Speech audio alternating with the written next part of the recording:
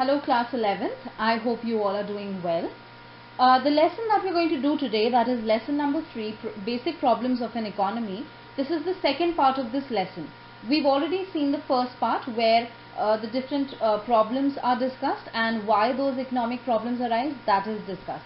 Now we are going to discuss about production possibility curve, its characteristics, its assumptions and the problems that occur on a production possibility curve.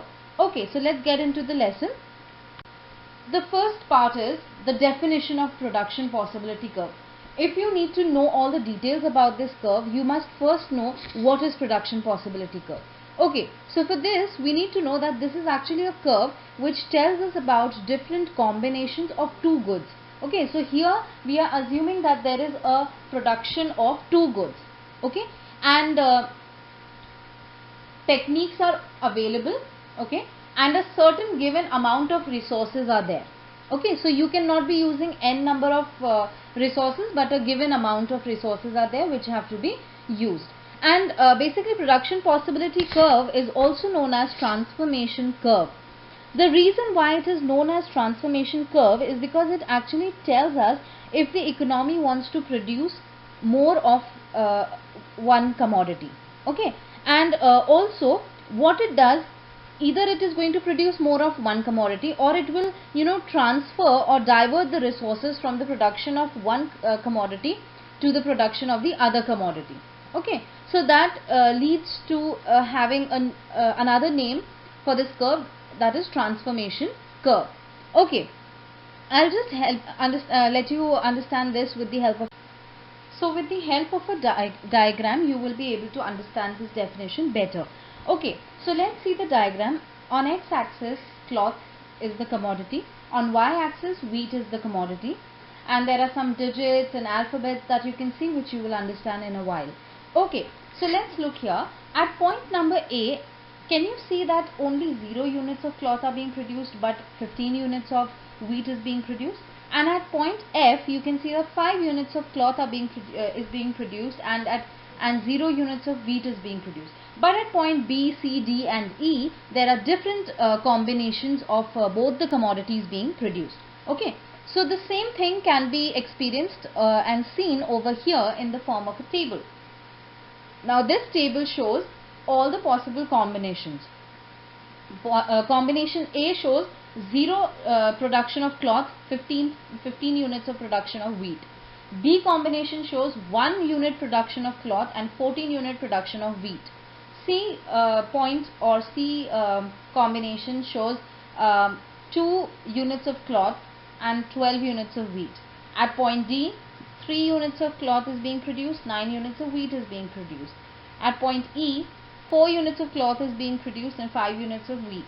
And at point F, 5 units of cloth and 0 units of wheat. So basically this is production possibility curve where you actually try to find the best possible combination for producing two commodities with the available technology or techniques and a given amount of resources. I hope you've understood till here. Now we are going to see the assumptions of a production possibility curve. Okay, now the first assumption is amount of productive resources are fixed. See, productive resources are those resources which are used in the process of production and they come out to be used very well. Okay, so the amount of such resources are fixed. It's not that it's over and it keeps on coming from some or the other place. It's not like that. Whatever amount is there, it is absolutely fixed. Next is there is no change in the technology. Okay, so whatever available technology or technique is there, that's it. There is no change in the technology. You cannot use a different kind of a technology or you can't change the technology. Next is all the productive resources are fully employed. So every productive resource is absolutely utilized for the purpose of production. They are fully employed. That means there is no wastage of resources. These are assumptions. Next is resources are not fully efficient in the production of all the goods. So we cannot say that all the resources are efficient enough for the purpose of production. Okay, we cannot say this, that all the resources are properly utilized. Okay, of course we have to employ all of them, but we cannot say they are fully efficient. Okay, so these are certain assumptions of production possibility curve. They are not confirmed things. Okay, they are just assumptions. It's just assumed that these things happen in a production possibility curve, but definitely there are loopholes that we are going to see in the video further. Okay, we're going to see characteristics of PPC, that means production possibility curve. There are two characteristics. The first characteristic that we're going to see is production possibility curve slopes downwards to right. Okay, towards the right hand side it slopes downward. Okay, in the diagram you must have seen the curve where points A, B, C, D, E and F were there. That is the production possibility curve, and over there you must have seen how the curve slopes downwards, okay, towards the right hand side. So basically a slope, a production possibility curve that slopes downwards, it indicates that the economy must give up some quantity of one good in order to obtain additional quantity of the other good.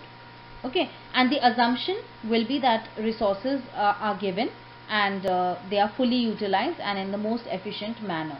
So a downward slope of the production possibility curve actually tells that one commodity is to be, some units of one commodity are to be given up in order to obtain the additional quantity of the other commodity. Okay, now the reason is that production of additional commodity requires additional resources, right? So actually every additional unit that you're going to produce of a commodity, it will need additional resources. You can't leave it to the limited resources. You need an additional resource, right? So that has to be transferred from the production of the other commodities. So basically if cloth is being produced, you are producing an additional unit of cloth. So basically you are going to utilize that additional resource from wheat. So you're going to give up on wheat, some units of wheat you're going to give up in order to increase some units of cloth. Okay, so this is these are the reason behind PPC sloping downward to the right. The next characteristic is it is concave from the origin. Okay, so if you see the shape of the production possibility curve, you will find it to be concave from the origin. It's not convex, it is concave. Okay, now a concave production possibility curve actually indicates increasing opportunity cost. Now what is this opportunity cost? Let's read about it and understand. Basically opportunity cost of a commodity is the quantity of the other commodity which needs to be given up to get 1 unit of it. Okay, so if we are moving, that means if we are moving from combination A to combination B, the economy has to give up 1 unit of wheat, okay, 1 unit of wheat to get that 1 unit of cloth.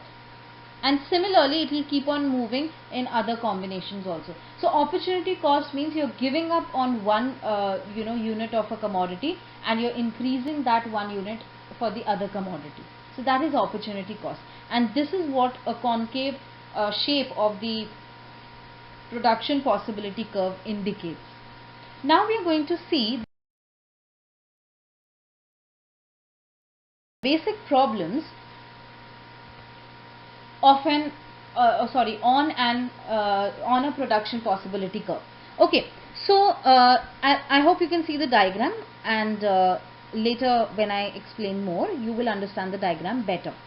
Now the first problem that arises on a production possibility curve is of scarcity.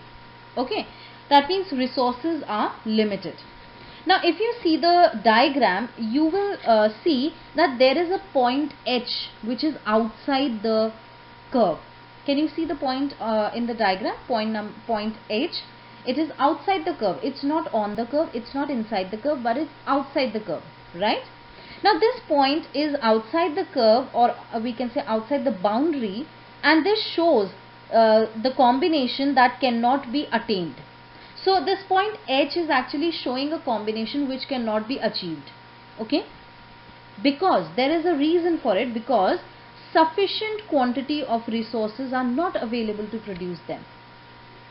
See, this full utilization of resources and efficient use and everything, these are just assumptions, but in reality there is scarcity of resources. So to produce the commodity, the resources are limited. Okay, so the sufficient quantity of resources is not available, and that is why point H is out of the boundary of production possibility curve. This is the problem of scarcity. Okay, so basically in this what happens is that economy does not have enough resources, that I have already told you, and it is only the points either on the curve or inside the curve that can be achieved. That means point R can be achieved. Okay, point U, that is inside the curve, can be achieved. These are those points on the curve or inside the curve that can be achieved. This means that the combinations that can be achieved have available resources. Then the resources are not scarce. But if the point is outside the curve, it means that sufficient quantity of resources is not available, and this leads to the problem of scarcity. Okay, the next point is, or the next problem is, the problem of choice. Okay, now basically this problem is indicated by the need to choose between the achievable points on the production possibility curve as a choice between combinations Q and S. If you can see in the diagram, there are 2 points on the curve, Q and S. Okay, now basically what is happening here, the production possibility curve is given. The only way that you can increase or raise the production of one good can only happen by lowering or decreasing the production of the other good, right? This is what you can do. Okay, and problem of choice actually indicates the need to choose between achievable points on the production possibility curve. Achievable points are which ones? The points on the curve, that means point Q and point S. This point can be achieved. Okay, so we have to attain these points, that means point Q and point S. Okay, and how can we attain this, how can we achieve or attain these points? We can only achieve these best combinations by increasing the production of one good and decreasing the production of the other good. Okay, this is the problem of choice. Next is the problem of what to produce. Okay, now this is also a problem in the production possibility curve, the problem of what to produce. Now the problem of what quantity of the two goods is to be produced is represented by any particular point on the production possibility curve. So there is any point on the curve, it tries to tell you what quantity of the two goods is to be produced. So it is trying to tell you the correct combination of the quantities of the two goods that you are producing. Okay, so different points on the curve are going to tell you about different combinations of the two commodities that are to be produced. So for example, if the society chooses the combination Q, okay, if the according to the diagram, if the society is choosing the combination Q, then it shows that it has decided to produce more of wheat and less of cloth. Okay, on the other hand, if it is choosing to produce the combination S, then it is showing that it is going to produce more of cloth and less of wheat. Got it? So at what point the economy decides to operate, it actually totally depends upon the taste and preferences of the individuals in the economy. So depending on your taste and preference, depending on my taste and preference, the final combination is decided. Okay. Next problem that arises is the problem of full and efficient utilization of resources. See, as per the assumption of the production possibility curve, we saw that resources are fixed, they are fully employed, and they are fully efficient to be used, right? But actually in production possibility curve arises a problem of full and efficient use of resources. Okay, so see, if all the resources are fully utilized and they are efficiently utilized, then the production will take place at the at some point on the production possibility curve. See, if the resources are being completely utilized, properly being used, efficiently being used in the correct manner, then production can take place on the production possibility curve. That means you can easily find the best possible combination of producing both the commodities, right? But if the economy is producing any combination of goods which is inside the production possibility curve, not outside but inside, that means according to our diagram at point U, if our economy is producing a combination at point U, okay, then it would mean what? That either some of the resources are just simply kept, they are not being used, or some resources are waste, in other words they are idle or waste, or we can also say that they are not efficient enough, or in other words they are inefficient. So if a combination is chosen in the economy that is inside the possibility curve, it means that either the resources are not efficient, or the resources are wasted, or they are idle, that means they are without they have no productive use of them. So that is the case in case of a combination which is inside the curve. So according to our diagram, that combination inside the curve is point number U. Okay, now so combination like U inside the production possibility curve is attainable, or we can say is achievable. But in reality we can achieve this combination, but actually what is the problem? It shows inefficiency of resources, and it also shows us that the resources are not being employed. So that assumption that we saw that resources are fully employed and resources are fully efficient, these assumptions are actually wrong, because according to the diagram if we see, and according to the situation in the economy for production possibility curve if we see, it is easy to achieve a point inside the production possibility curve. But achieving this point means that resources are not fully utilized and resources are not fully employed, they are not fully efficient.